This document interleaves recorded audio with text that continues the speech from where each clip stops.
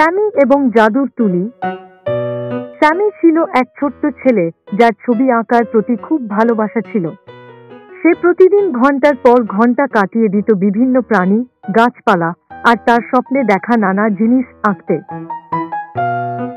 একদিন বিকেলে বনে হাঁটতে হাঁটতে স্যামি একটি পুরানো তুলি দেখতে পেল যা একটি গাছের পাশে পড়েছিল। এটি দেখতে সাধারণ ছিল, কিন্তু স্যামি যখন এটি তুলল তখনই কিছু জাদুকরি ঘটল। স্যামি যখনই সেই তুলি দিয়ে আঁকা শুরু করল, তার ছবিগুলো জীবন্ত হয়ে উঠল। সে একটি পাখি আঁকল আর সেটি উড়ে গেল। সে একটি নদী আঁকল আর আসল জল মাটির উপর দিয়ে বইতে শুরু করলো। উত্তেজিত স্যামি দৌড়ে গ্রামে ফিরে এল এবং সেখানে ফুল, প্রাণী, এমনকি আকাশে একটি বড় রঙিন রামধনু আঁকতে শুরু করল।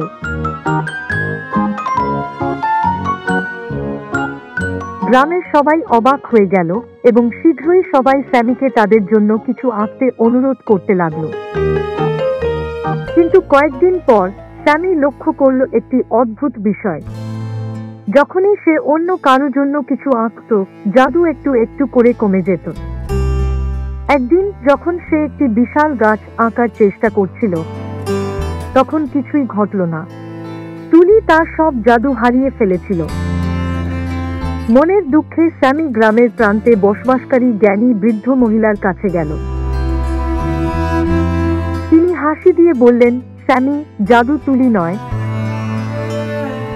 জাদু তোমার হৃদয়ে। তুমি তোমার মমতা ও কল্পনা শক্তির জন্যই এই জিনিসগুলোকে জীবিত করতে পেরেছ। নতুন এক উপলব্ধি নিয়ে স্যামি আবার আঁকতে শুরু করলো, জাদুর জন্য নয়, বরং সে আঁকা ভালোবাসে বলে।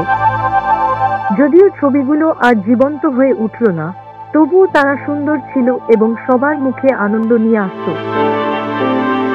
শিক্ষা, আসল জাদু থাকে তোমার ভেতরে, তোমার ব্যবহৃত সরঞ্জামে নয়।